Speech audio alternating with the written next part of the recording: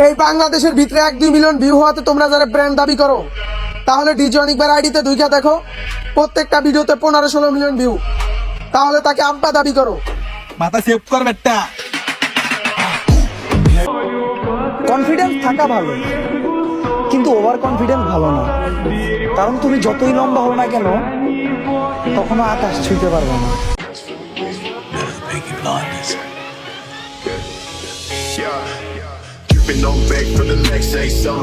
Hey guys, আসসালামু আলাইকুম। তো কি অবস্থা সবার? সবাই কেমন আছো? আশা করি তোমরা সবাই অনেক বেশি ভালো আছো এন্ড তোমাদের দোয়ায় ও আল্লাহর রহমতে আমি অনেক বেশি ভালো আছি। তো আজকে আমরা কথা বলতে যাচ্ছি ডিজে অনিক নামের এক চুদনাকে নিয়ে।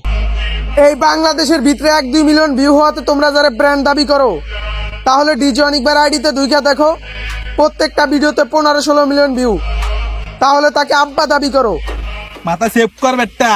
আসলে তুই এটাও ভেবে দেখোস নাই, তুই কারে নিয়ে বলতেছিস এত কথা, তাই নেই তোর কোনো চাপ। তুই এইটা ভুলে যাস না, উমর কিন্তু তোর বাপ।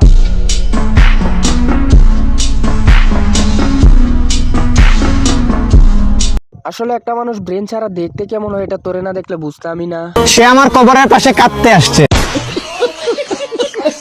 ভালোবাসে এই কথাটি বলতে আসছে। বাইচা থাকতে কাঁদাইছে অনেক, মইরা গেছি এখন জাগাইতে আসছে।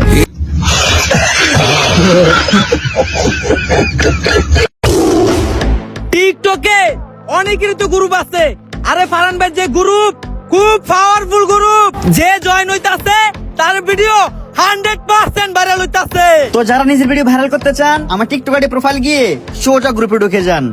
আর যদি ভিডিও ভাইরাল না হয় তাহলে কথা দিলাম এই টিকটকে ছাইরা দিমু। ওর যন্ত্রণায় টিকটকে ঢোকা যায় না, এমন ভাব নেই যেন টিকটকটা ওর বাপের সম্পত্তি। খালি বলে যে আমাদের এই গ্রুপে অ্যাড হও, তোমাদের ভিডিও ভাইরাল হবে। বাঞ্চুত কানে নিচে এমন থাপড়াম না যে নেক্সট টাইম এরকম উল্টাপাল্টা গ্রুপ খোলা সাহস পাইবি না। আলহামদুলিল্লাহ আলহামদুলিল্লাহ, আমার আইডি ব্যান হয়ে গেছে না। কিরে, আইডি ব্যান হয়ে যাওয়ার শোকে কি ওই পাগল হয়ে গেল নাকি? ও সরি, আমি তো ভুলেই গেছিলাম, ওই তো আসলে একটা পাগল। এখন আমার ওয়াইফের আইডি তো এখন অর্নিং দিয়ে দিছে। দেখছো তোমার স্বামীর কপাল কত ভালো, তোমার আইডি তো এখন অর্নিং দিয়ে দিছে। মানে একজন মানুষ কতটা নির্লজ্জ হইতে পারে এটা তোরে না দেখলে বুঝতামই না। আপনাদের ডিজে অনেক ভাই তো মারা গেছে। তাহলে তুই মারা দিয়া মুড়ি মাখা। তাহলে আমি কে? কিরে, তুই জিন্দা হইলি কেমনে? আপনাদের এই মিথ্যা গুজবের জন্য আমার মা আমার দ্বারে ফোন দিয়া কান্না করছে। ও, এটা তাহলে মিথ্যা ছিল। যাক, যে এই মিথ্যাটা সরাইছে অন্তত কিছুক্ষণ সময়ের জন্য হইলেও মানুষ একটু শান্তিতে আসিল।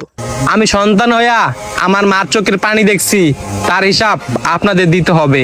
এই তুই যে বউ নিয়ে এরকম পাগলামি সাগলামি করিস, তোর মা এটা নিয়ে কিছু বলে না? আমি ভালো মানুষ দেখেছি কত পাগল দেখেছি শত, কিন্তু বিশ্বাস কর একটাও আবাল চুদা দেখিনি তোর মতো।